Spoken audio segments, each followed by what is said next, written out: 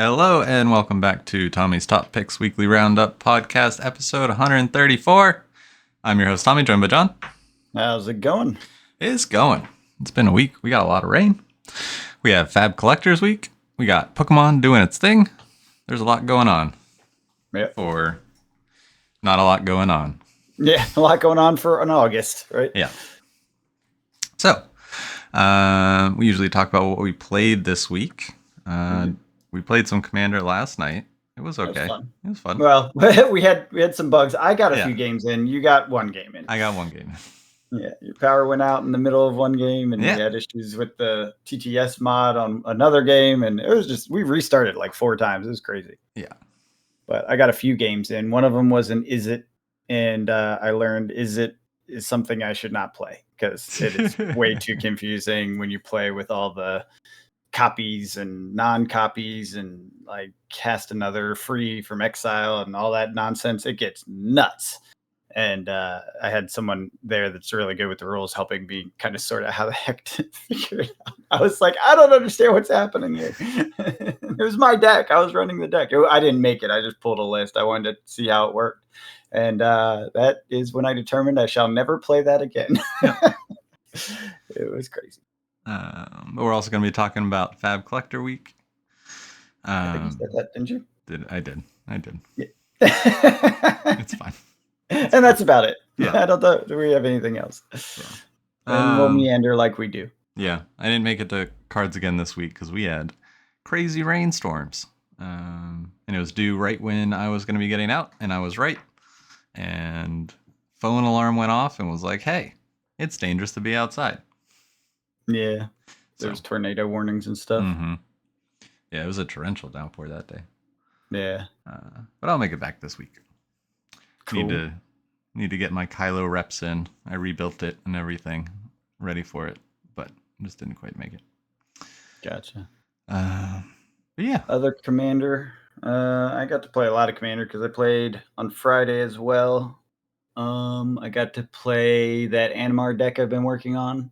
Mm-hmm. I actually have it physically built, and it got shut down the whole time because I guess Animar is a kill on sight, which I didn't know. Makes sense. It's a very powerful commander. I didn't realize it was one of those that everyone was like, kill that thing immediately. And that's what happened.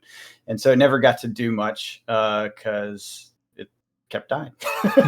So I spent the time trying to build a board state and never getting there. It was okay, though, but I think I'm going to tear it apart and make it different. Was that red, green, white, or whatever color combo it is? Mm-hmm. Red, green, blue, actually. I guess my dragons fill that role, so I really didn't need that deck. I was excited because I had almost all the cards. That's why I built it. That was the one that came off of the disguise experimentation. Animar was a recommended because you can basically do your disguises for free. And so as I was messing with it, I was like, oh, I like this guy. I don't really care about the disguise thing. Built that deck up. Really good deck. It's really fast. You played against it the one time and it went kind of nuts on you. But yeah, it's a kill on sight, and we tend to have removal. So I'm like, I don't need a second of the same color combination that also will never get to play because people are smart. So I was just like, okay, well, I'll just tear it apart. It's unfortunate though, because like I actually put that deck together. I had all the pieces, so I just put it together. That it was fun to build because it was one of those I was like, let me go through my stuff and just build, which is, I think I find that the more fulfilling way to build than like EDH rec and such. Because you end up using your own weird cards, and if it's a strong enough theme like Animar, right? Yeah. Then it's easy. There's some that are harder because you got to think about kind of like the balance of all the pieces. But with Animar, it's like just put a pile of stuff that likes pluses and gets is colorless, value, right? Mm-hmm. Which is easy to find, especially considering all the Eldrazi and stuff recently. So yeah, it came together quickly, so it can go apart quickly as well. Nice. Then I played the Family Matters upgrade from I think it's the official upgrade recommendation thing from, I think it's EDH Rec puts those out. Whoever it is that puts them out every time there's pre-counts, they put out a how to upgrade for every one of them. Nice. I just took that list, stole it, put it in TTS, and played it to see if I wanted to do it because I have all the pre-cons. And it played pretty well the first time, like okay well. This was the So what it does is the bird that you can pay 2 on anything you cast and do the offspring thing. So you get a 1/1 copy of it. Yeah, So Offspring's it's great. just it's just like value, especially for cost 2. Um, I found it plays a little too much like my dragons that duplicate, right? So now I'm like, okay, so I have another double every creature deck. I don't really need that. And yeah, it was okay. Like it was fun. It had some good value in it, like anointed procession, I think is what it's called, that does more doubling and stuff like that. Like there's some fun stuff. But then as I was playing it a couple times, I'm just like, oh, this is just dragons with a bird instead of my dragons. And it's like, why am I playing the same deck in a different skin, Yeah, basically? yeah. Um, so I probably won't put that one together, unfortunately. And I'm not sure what I'm gonna do out of the family. I mean, out of the Bloomborough pre-coms. One of them I'll actually put together. I just don't know which one yet. But then we had last night, and I got totally obsessed with a new deck. It's Green Control. I just randomly came across once, threw it in. We played last night. I played with it. It was pretty interesting. I don't know what you thought about it. You were over doing your own thing. You did ruin your chance to survive and win. I did accidentally. It's like you didn't know. It's not really your No, fault, no. but it was kind of funny. I was also Um, playing a random deck. I just pulled off Mox. yeah, what was that one called? Dami Mommy Yeah, that's it. Dummy Tribal or Mommy. something. Yeah. Yeah. So it was just whips and chains and torture, and that was pretty much the whole Mommy theme. Dami theme, if people want to find it on Moxfield. It plays Queen Marchesa, Hmm. which I really like adding black to Boros. I think it Yeah, helps a lot. is very good. Is very good. I don't know what they call that combo, but yes, it's very good. Death Touch and Haste, and when she enters, I become the Monarch. And at the beginning of the upkeep, if an opponent is the Monarch, put a 1/1 black assassin creature token with Death Touch and Haste onto the battlefield. Yeah, it's pretty solid. Mm-hmm. But then you put out, what was that weird named angel? Abadabadabadoo, whatever it was. It basically said can't play. Bassandra. Yeah, Bassandra. Yeah, that's right. Players can't cast spells during combat. And that killed all of us. Yep. Because he had a Crater Hoof Colossus. Yeah. And I, playing this green control deck, had Archaeogenesis? Or Arachnogenesis. That's it. Yeah. It says combat damage cannot be dealt this turn. But because I can't play things during combat or whatever it is your card does, it ended up not working, and he beat us with Crater Foot. Yep. Crater Hoof, Colossus, whatever it's called, Crater Hoof. Clef Hoof. Crater. Crater Hoof, definitely Crater Hoof. I think is it just Crater Hoof? I don't know. Whatever that one is, everyone knows that card. It's a finisher for green. Crater Hoof. It is Crater Hoof. Yeah, he was playing a squirrel deck, and he pulls out a Crater Hoof on us. Rude, just rude. But that was fun. It was a fun game. It took a while to build up, and the green thing made me obsessed. This is a Shigeki Jikai Visionary. So you basically just mill stuff out. That's what you're supposed to do. I barely did it because I didn't really realize what I was supposed to do. And then you use channel to at instant speed from your hand, because you can bounce it. He bounces back to your hand when you mill. Mm-hmm. You use that plus XX to get whatever cards you want from your discard. So basically, you're trying to get everything into your graveyard, and then you do that at an opportune time to pull a perfect combo out, and the rest of the deck is ramped, so you have an absurd amount of mana to do the things. One of them is turn all your lands into like 2/2s. One of them is like I think it's every land becomes a 4/4 and fights every other creature. Or all, I think it's every land becomes a 4/4 or something. No. All your lands become 4/4 and fights another creature. But there's another one that's all lands become 2/2, and that includes your opponent. So you can use it to just wipe their lands out. Yeah, so there's like these ridiculous combos in here that I have never seen before. So I'm obsessed with green control for now. I'm trying to make this deck happen. But I realized if you want to pick one color, pick green. Yeah, green's definitely good.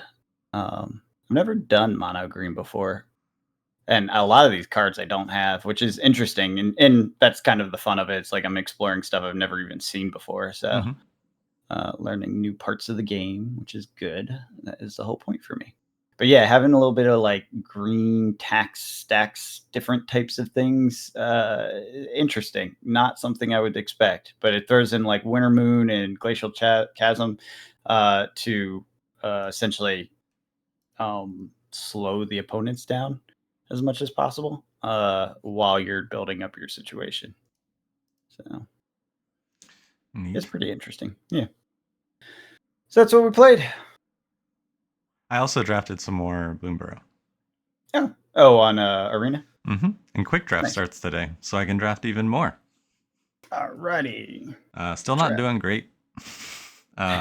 Still seems very... I thought you said it was an easy set. It is an easy set, but it doesn't Which mean it's an easy set to win. It's an easy set to build a deck. Oh, okay. I see. Well, Yeah. maybe you're building it wrong if you're not winning. Well, the thing is, up until now, it's been only Premier. And the thing you get the, not the guaranteed win, but the more likelihood to win is if you go red, black lizards. And that's predominantly picked. Surprise, surprise. So you kind of just have to get lucky with what else is open. And then once you build your deck and get in there, you have to be lucky to be on the play. So, because on the play has a significantly higher win rate in this set than not. And in Premier and Quick Draft, it's best of one. So it's just kind of flipping a coin there. But yeah, so with Quick Draft, I'll be able to draft lizards more consistently. So it'll be a little different experience. Gotcha. But it'll be fun. I mean, I'm enjoying the set, yes. I think it's a fun draft experience, but I don't think it's one. I think it's one where limited skill is less advantageous. Okay. There's a lower ceiling advantage you get from being a skilled drafter, I guess. Does that make sense? Yeah. And then, so I've been spending a lot of time researching the past year's worth of sets and trying to figure out what is the best. So, like, last year, or was it 2 years ago now? Each year I kind of pick whatever the best limited set is and stock up on those draft boxes, or now play boxes, I guess. And 2 years ago, it was Kamigawa, so I stocked up on those. And then last year, I just made it Lord of the Rings, even though it's not the best set. That's just the one I wanted to stock up on. It's just Lord of the Rings. Therefore, Tommy. Yes. I don't care if it's just draft orcs. It's fine. Yep. And then this one, so far, I'm leaning Wilds of Eldraine. Okay, I can see that. That was a pretty popular one. Yeah. I thought they said, wasn't Lost Caverns considered the best set this last year? It has some of the best cards for Commander. Oh, is that what it was? Mm-hmm. Okay. It has some of the best cards, but Wilds of Eldraine also has a lot of good cards, and is a better draft experience. There are a lot of just cards in there that translate well to other formats, and are needed and heavily played in other formats in LCI. But when it comes to just the pure limited experience is what I'm talking about. Gotcha. Like enclosed in the set. Because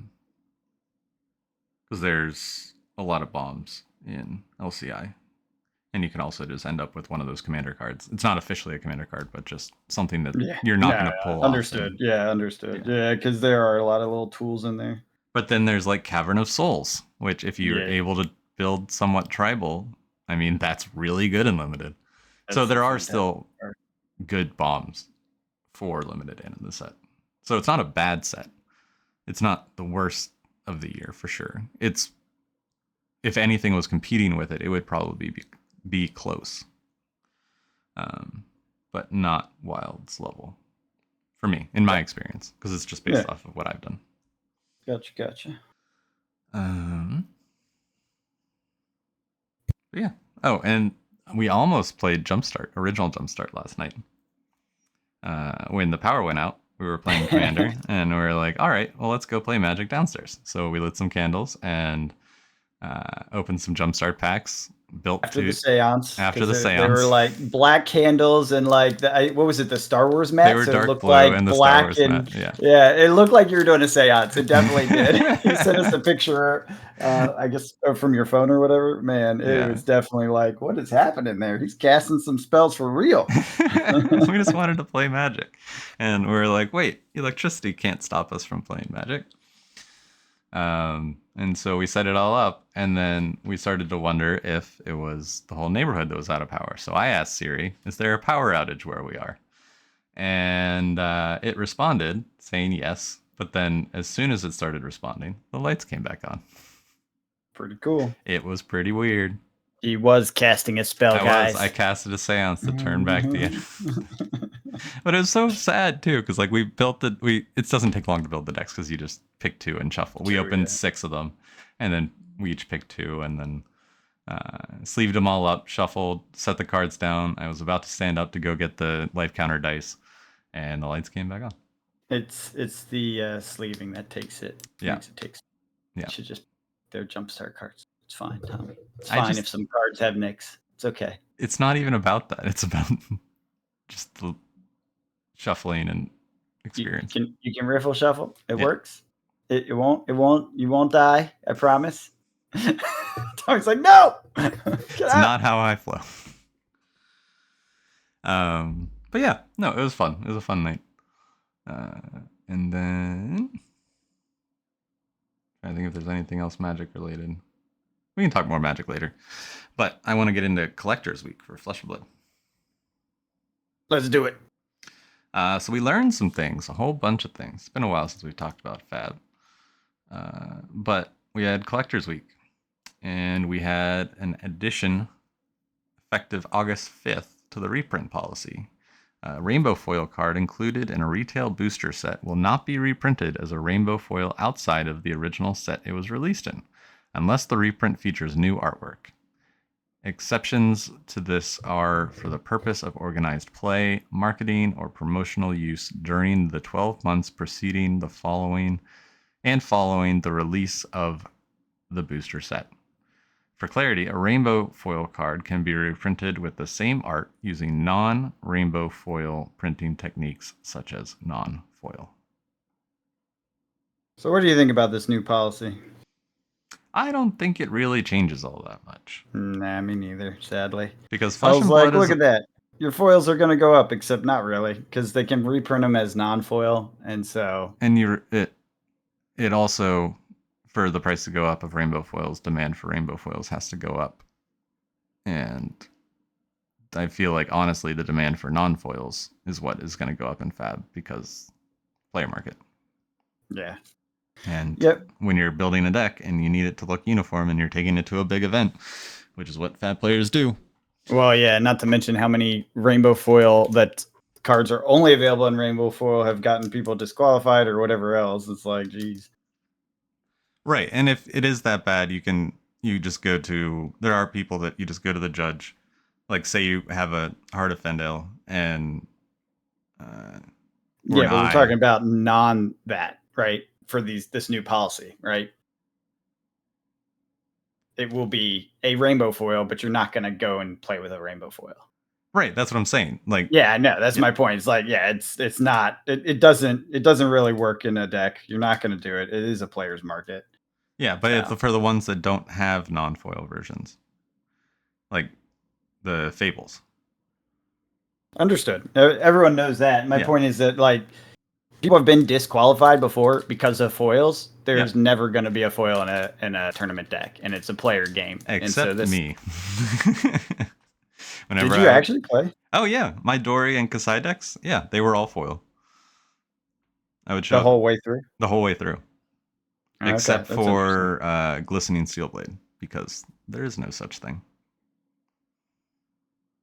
Interesting. And you didn't get deck checked or whatever? No. I never made it that high. Fair enough. But also it was pretty uniform because I did keep them dry and they were double sleeved, and the double sleeve with the hard KMC sleeves, inner sleeves, it does keep them a little straighter.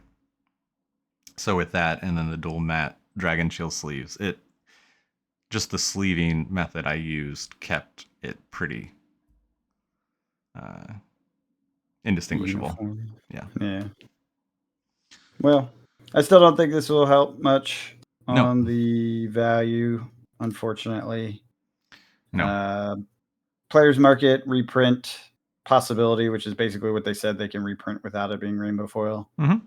And Which then I mean, they also do. Like, look at all the valuable Crown. Look. ones they're going to do promos on too, right? Yeah. Which already floods the market for cards. Yeah, I mean, like, look at Crown of Providence. The Dusk Till Dawn reprint that's non-foil is $60 now. Yeah. That was like a $200 card. The rainbow foil one. What about the print runs? That was the other thing they announced, right? Print runs, yes. So now we know print runs up through Dusk Till Dawn. Some interesting things to note here. Previously, I think we only knew through what? Everfest? I believe that's correct. And so we didn't know any of the 2.0 stuff. So we got a bunch of 2.0 stuff. We did. But little tidbit here. Quantities here are displayed and include all languages. Yeah. Are displays, so they're booster boxes, not cases. So for Uprising, we'll start at the beginning. WTR total between the first and Unlimited had 264,700. Arcane Rising, 195,700. So much less, like we talked about before. Crucible War, even less. Supplementary set, down to 162,000. Keep that in mind for supplementary down the road. Monarch, 306,000. So back up even higher than WTR between Unlimited and First Edition. There are the same amount of First Edition Monarch as there is Unlimited Crucible of War. Yeah. Interesting. And then we took a slight dip down for Tales of Aria. And that's because they destroyed a bunch of the Unlimited. 284,000. Right. So the Unlimited, there's way more First Edition than there is Unlimited. There's 208,000 First Edition, 76,000 Unlimited. That was not how it was printed. No. You can tell by that variance that is not how it was printed. And they just tossed the rest of them after that 76,000 got out the door somehow. And then another fun one, Everfest, 229,040 boxes, because there are 229,000 First Edition and 40 Unlimited boxes. Yep. 40. Because there's a story about that. Yeah, we talked about it a while ago. A handful of them made it out of the factory kind of by accident. Yeah. They were sent out by accident or whatever, the warehouse rather. Yeah, so 10 cases. 10 cases of Everfest Unlimited exist. But again, supplemental. And more than crew. Combined. Uprising. So now we're in 2.0. And everything we have numbers for is out of stock. No, that's not true. Besides History Pack 1 and History Pack 2, everything is out of stock and out of print. Everything currently that we have is they are no longer printing up through Mistveil. So everything that's out. That's normal. Yeah, that's out normal. Of print is usually like 6 weeks after release or something like that. They declared out of print. It's pretty quick. Yeah. I remember the first time I got excited about that. That was WTR, and that was well after 6 months. 6 weeks. Yeah. No. Oh, you're talking about because it was an unlimited out of print only or whatever it was. Yeah, that's fair. Yeah, you're right. Yeah, now with the 2.0, it's a little different, but it seems like they print everything at once. Uprising, we had 212,000. So the fewest, that is besides Arcane Rising, that is the smallest print run total boxes so far, which is something of note because there's a lot of power in Uprising. But then we have 45,000. I'm not even going to talk about the history pack. The history pack doesn't really matter. History pack BL, which is like the other languages, was 45,000. Dynasty was 168,000, so even less, but again, supplemental set. And then we have 169,000 for Outsiders, so less than Uprising. But then Dusk Till Dawn, a supplementary set, 175. Yeah. So basically, from Mon, there's been a decline every set all the way until Dynasty Outsiders, kind of where it stabilized, and then it went up for Dusk Till Dawn, is what we're seeing. Mm-hmm. So obviously, Mon was the height of the irrational exuberance. That was obviously a giant mistake. Everyone knows it. And since then, they've been correcting slowly each print, and it feels like, based on these numbers, they feel they found the bottom/equilibrium. For a supplemental set, the last one we have numbers for to go up means they feel like maybe Outsiders and Dynasties may be underprinted a little bit, sort of thing. Especially for being draft sets. Exactly. That's something. That's popular something draft to sets. be Sets that were drafted a lot. Yeah, it's something to note, right? So I think the supplemental sets will sit longer. Correct. Yeah. So I think Outsider, because Dynasty's not supplemental. I mean, not draftable, is it? Correct. Yeah. So it's Outsiders is the draftable. So that is probably, I would say, like hard underprinted, whereas Dynasty, I think, is probably like maybe about right, maybe a little underprinted. I guess it depends on the power of the cards by comparison, like the EV. Yeah. If you're going to get real numeric on this, is look at the EV of Dynasty versus Dusk Till Dawn and realize that Dusk Till Dawn has, 10,000 more, a little less than 10,000 more boxes out there. Or is this cases or boxes? Boxes. Boxes, yeah. And take that into account. That said, it still feels like there's too many boxes of every Sure, set. you have to think about the ratio per player, right? Yeah. How many boxes per player, active player? Yeah.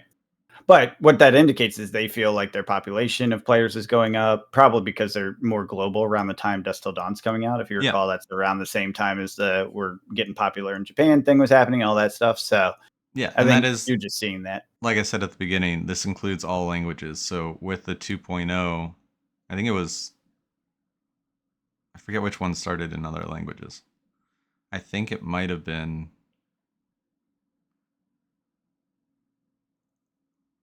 I don't want to say I don't remember. It's been too long.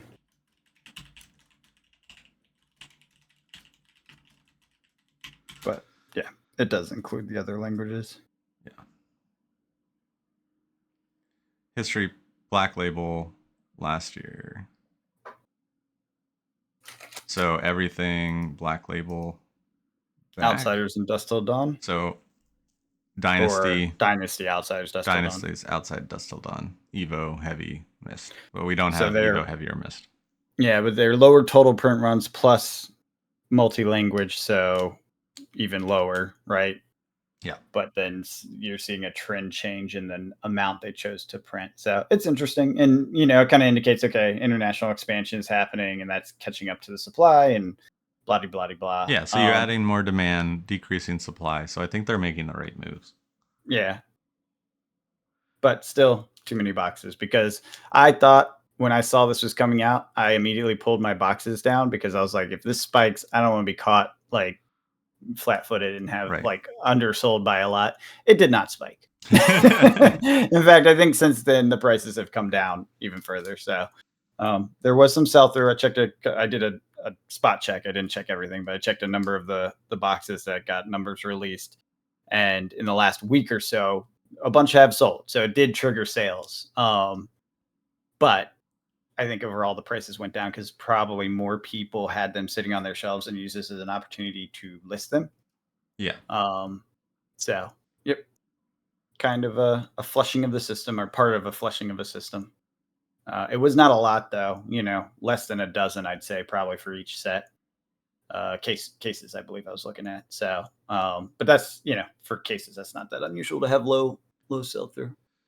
Yeah. Yep, It's a singles market. it is. Get an idea of what's going on, but it's definitely a long hold for Fab. Yeah. I'm holding. I'm holding. Yep.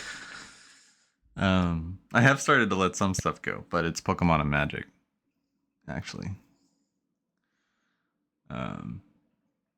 But I don't know if you want to transition or. Yeah, I was gonna say, speaking about Pokemon. Speaking of moving Pokemon, I've gotten a lot of people reaching out about Pokemon.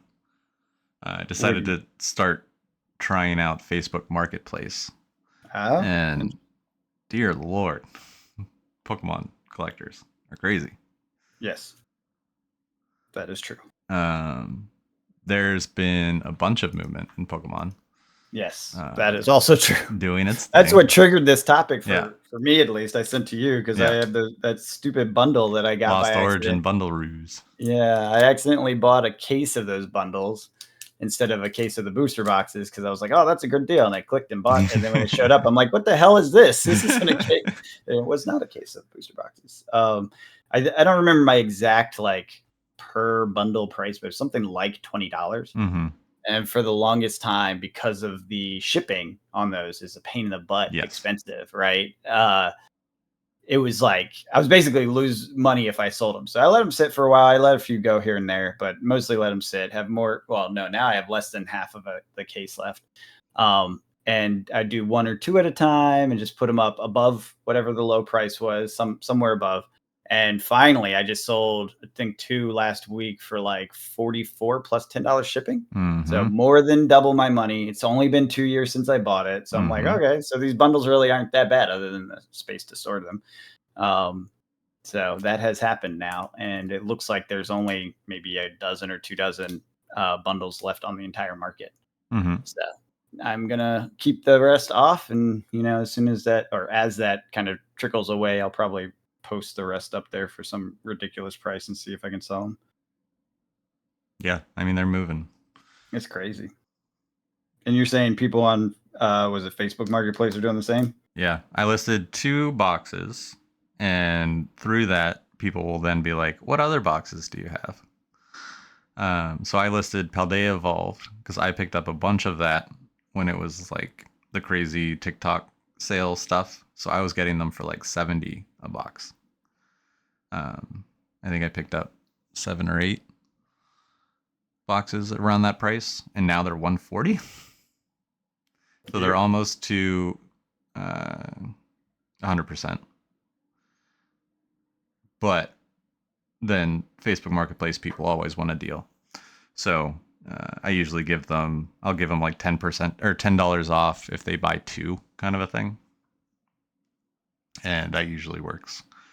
And I got these back in January. So it's been 7 months. Yeah. I still have mine sitting around. I haven't even bothered to look at listing any of the cases yet. Yeah, cases I wouldn't. I have opened them all down to boxes. Yeah, I just have the cases sitting in the basement. And but yeah, Paldea, there's a lot of demand for right now. And I do think that the reason I'm willing to sell them is because I think it's still within that reprint window for sure. So there may be another wave. Why are people so crazy then? What's going on? I don't know. Huh. It's just there's a bunch of cards in there that people are chasing. But even I was asking, I usually ask them, like, are they planning on ripping it? Are they planning on keeping it sealed? And everyone was planning on ripping it. And they were planning to rip it for the magic art. Which is let's see. It's hard to find. What does that mean? There's it's like the chase card of the set. And it's going for like 115 is the lowest near mint. so still less than a box. But Pokemon people are the opposite of FAB people, and they want to pull it. The whole thing is that they just want to pull it. It's not even a playable card. It's not a card you play with. Okay. It's a 30 health expert splasher is the attack. Flip 2 coins. If both of them are heads, this attack does 20 more damage. Is it cool art or something? It's gorgeous art. Oh, okay. Well, that explains that at least. Because art definitely seems to be a driver in Pokemon world. Yeah. Oh, absolutely. Yeah. I mean, it is an art that I would like, but I would not spend $100 on it. I would spend $20 on it. But I disagree, but I can see how people might like it. Yeah. I don't like it. It's a chase card of one of the original 151 Pokemon. So it's a thing. There's also some good waifus in the set. There's Iono. That is a playable card. There's Raichu, which is a loved Pokemon. 2 Ionos, actually. There's the ultra rare and the special illustration rare. So there's a bunch of decent cards in the set, and there are some that are playable, but no one has mentioned playing it yet. So that's the thing. It's not what they do. It's not what they do.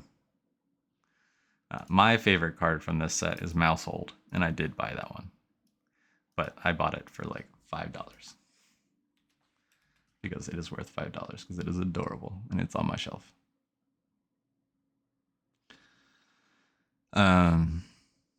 But yeah, it's just interesting to see Scarlet and Violet not finally, but like make some moves, have some demand. What set is this? 5, 6? What are we on? Yeah, what's being put out next? 7 is next. 7, yeah, that sounds about right. That's about. And this is set 2 that's starting to jump. Yeah. Set 1 will take forever to jump. Yeah, it always does, it seems like. I feel like it's just a normal Pokemon situation. Like nothing is actually crazy. That's why we titled it "Doing Its Thing" because it's just doing its thing. It's just like what I don't understand is how the internet gets so crazy about it, because it definitely happens. People lose their mind when this happens. It's like I don't know Pokemon, and I know this is what Pokemon does. Like it's like this is not hard, guys. The data is very clear, very obvious, and very repeated. We are in a lucky situation where we are aware of this and have no itch to open them. Yeah, well, that's fair. I guess if you're addicted to the cracking packs thing, then this is a different game altogether, because you gotta like somehow resist. Me, I didn't even understand most of Pokemon, so I really have no like. There's zero value in opening them for me. Exactly. I just have cases sitting on the shelf, waiting until the time when it pops off, and it's like trying to pull it's like opening Fab trying to pull a Fable, but you don't have the Majestics. Yeah, forget it. Yeah. It's insane. Oh, you remember those random free Pokemon I got? It was like the big clunky boxes or whatever. So I did tear down a bunch of them. I gave one away to Kiddo that I knew that wanted it, and I put them in the shop, right? And I still have one left. Everything else is sold, but I still have one left. Some foil, something or another for sale. Now, granted, I think I either gave to you the bulk or tossed it. I don't remember which. So I'm just talking about like the foils and stuff that actually had any like pennies of value, but value, not 1 cent, which is the majority of Pokemon, which makes me crazy. But it actually, there's still one left. And ironically, what sold first of my weird stuff I sell, because there's a lot. I think I still have, oh God, what was that one game that came and went? Which one? Yeah, I know, right? I actually played with my sister a bit. Cryptic, yeah. I still have a bunch of Cryptic for sale. That has not moved at all. And Sorcery actually sold out. I meant to mention this. It was about a month ago. All of my Sorcery cards that I put up are gone now. Nice. And those were not all like value cards. They were some like, dollar card, penny card sort of thing. And they finally all sold, I think, around the hype of maybe Arthurian Legends announcements and stuff. And so people were like, oh, I got to buy these cards. Most of them were foils. So even the foil commons are, pretty collectible in that game. And but I still had some that were not, and they sold too. And I meant to mention it just didn't come up. But yeah, it was kind of funny. That was my first like alternative game to actually sell out. And I looked at it, I was like, should I open another box? Because the valuable cards are really valuable, and usually, used to pay for the box. I actually haven't looked at EVs in a while. And then refill the inventory again since I was out. And I was like, nah. Yeah. I was like, it's too much effort because you got to put them all by hand. Yeah. You can't use the app. And I'm like, it's not really worth it. And I do have a bunch of. I think I have it broken down into like the more rare cards and then the commons. But I have a bunch of bulk sitting around in a few boxes from all the boxes I did open. So I could put that up if I want to. But again, I don't even want to go through the effort, which is where I was like, wait, I have cards I could sell if I want to. I don't need to open a new box. And it's like, I don't really feel like doing all that. So, but it is interesting that it did end up selling out for the first time. Any alternative sold out. Crazy. Still have plenty of Magic though. Yeah. As I look at my shelves and shelves and shelves of the shop, so many Magic cards. And they sell every day. I sell, 2 to 3 orders. I will say in the past week or two, FAB cold foils and alternative arts have started to move again. I don't know, probably not at great prices, but they start to sell, so that's cool. Yeah, it's an interesting time to still have the shop running, but really on cruise control / low gear. Yeah. Every once in a while, I'll get this like one order with like 100 cards, and I'm like, God damn it! It's like $5. You know what I mean? Like it's not even worth the effort. But I'm like, okay, fine. You want all these cards? I have these. That's what motivates me to do it. Is I look over and I see all this card stuff that's in the store, and I took everything out that was valuable and or I wanted for my own collection. So this is all crap. Like it's all trash, and I would happily put it in the trash, except that I sell them every day. Like I sell some every day. Right. So when I get that $5 order, I'm like, oh, I hate putting those together. I always like grunt, and then I look over at the piles of cards I don't want. I'm like, nope, that gets rid of a bunch of cards I don't want. So it's okay. I'll do the work. I'll do the work. Yeah, it's so funny. Before we get too far away from Fab, I did want to bring up one thing we forgot with Collectors Week was the Deathmatch Arena Champion Award. Yeah, that was the Command and Conquer full art with Kasai. Defense reaction cards can't. Well, you know what Command and Conquer does. Yeah. But yeah, that's a gorgeous card. Yeah, beautiful art.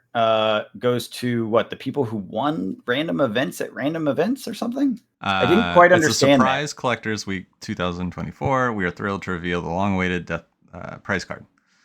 With the release of Heavy Hitters, a Deathmatch Arena leaderboard was set up for the 6 featured heroes throughout selected Heavy Hitter limited events across Road to Nationals, Battle Hardens, PTIs, and Callings. Each victory was recorded. When the season concluded, Kasai reached the highest rank on the leaderboards and was declared the official champion of the Deathmatch Arena.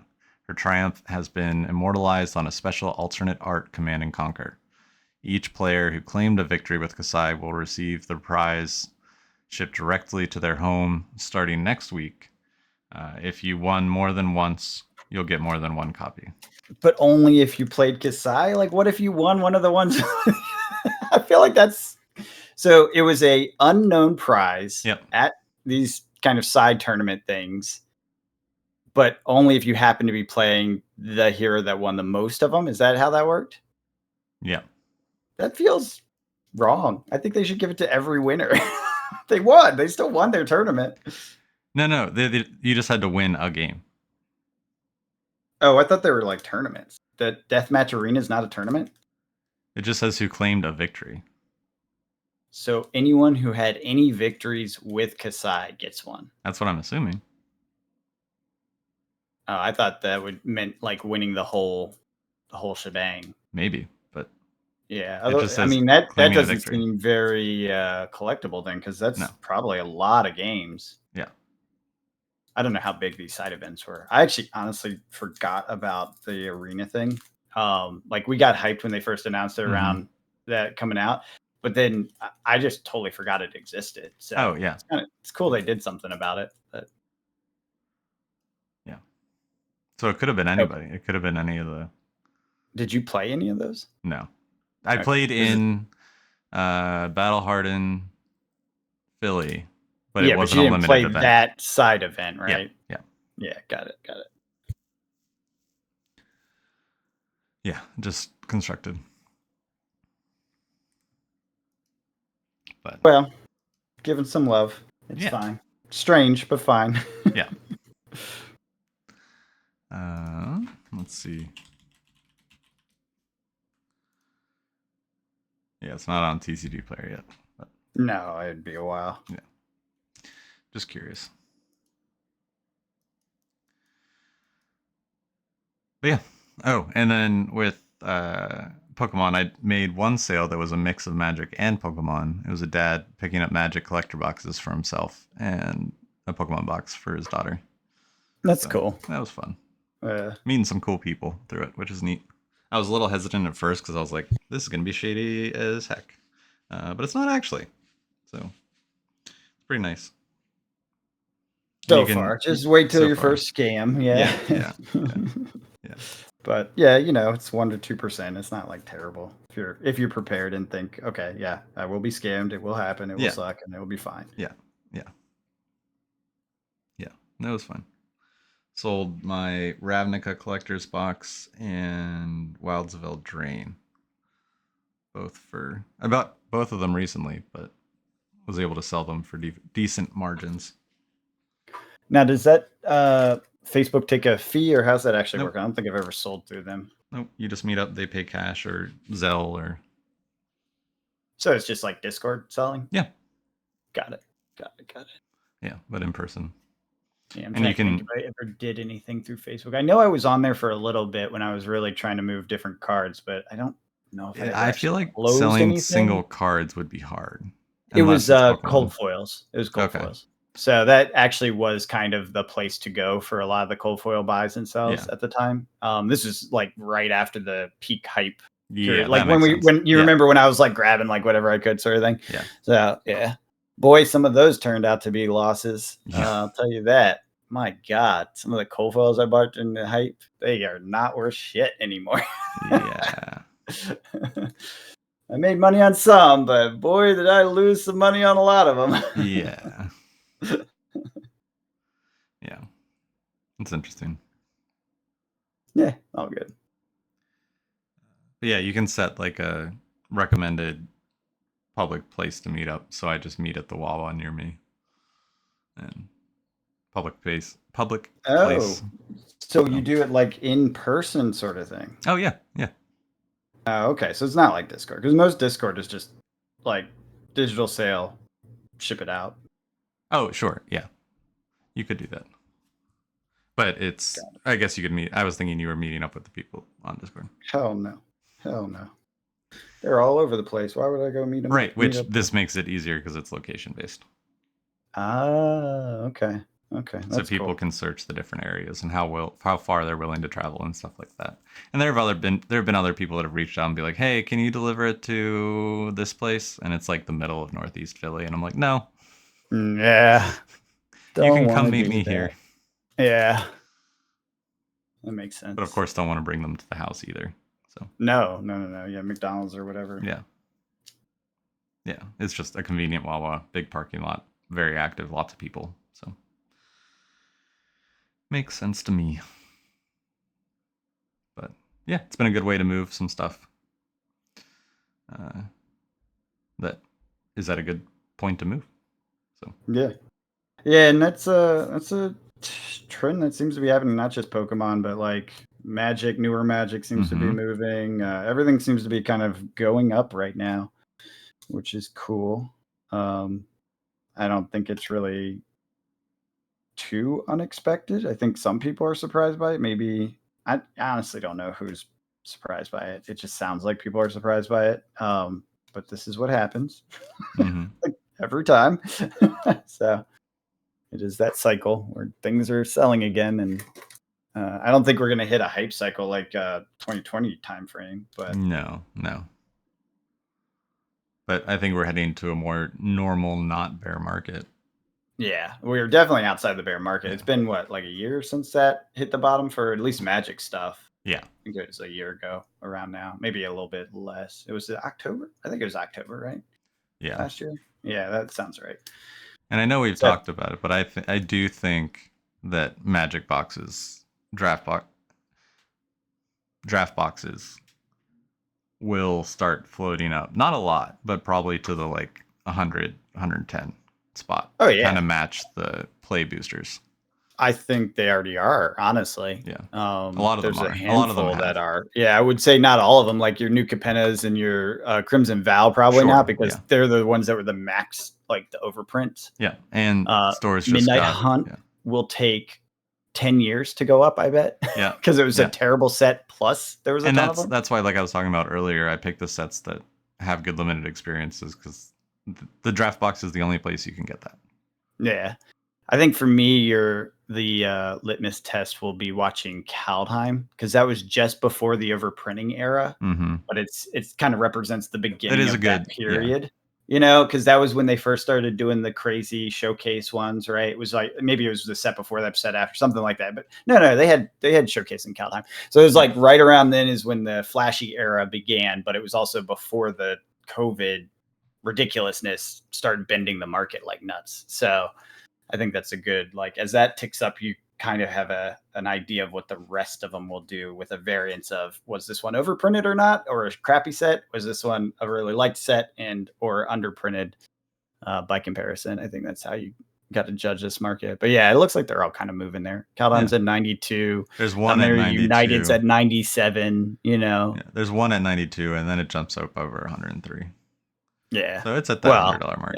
Yeah, exactly. They're getting there. Even the freaking Commander Legend Boulder Gate is almost 100 or at 100. Yeah, that I think is a supply problem. I think the demand for that is just fine, and the demand is not going to go away, because it's still the most recent Commander draft. Yes. Set. No, not true. Oh, Commander Masters. Yeah, but that one's a super expensive one. Affordable, I guess. Yeah, totally. That was before the price just bumps. Get together and Commander Masters post. Price bump. That set was really good. Yeah, Commander Masters. I think there's just so much Baldur's Gate printed, but I mean, there was. That was in the height of overprinting, but it was Commander, so it actually went, and apparently was fun. So actually got cracked.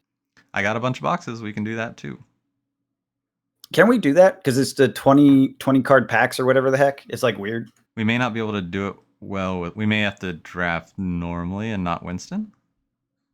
I don't know how that will work with two people. Like that, can't work. Oh no, we would drag in a third. I don't even think it works with 3. Like, you can't do a pot of draft with just 3 people. We will find more. Yeah, I was gonna say one more. I don't know, or we just do Winston and see what the heck happens. Sure. We'll have to. We might have to modify it, because it's 2 cards is how it's supposed to be drafted. You draft 2 cards at a time.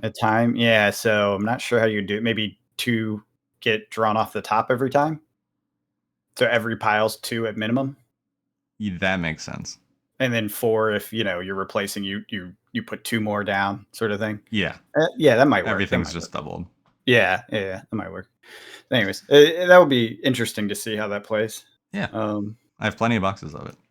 Yeah, I think I do too. I think I have both draft and set of that. I think I have multiple cases of that one, because it was dirt cheap for the longest time, and it's Commander. Yeah. And it has good cards in it. I mean, that Karlek in there is still a ridiculously powerful card. I pulled that out on a few dragons. Dragons are so, but I pulled that on one of my decks on TTS, and I don't remember which one it was.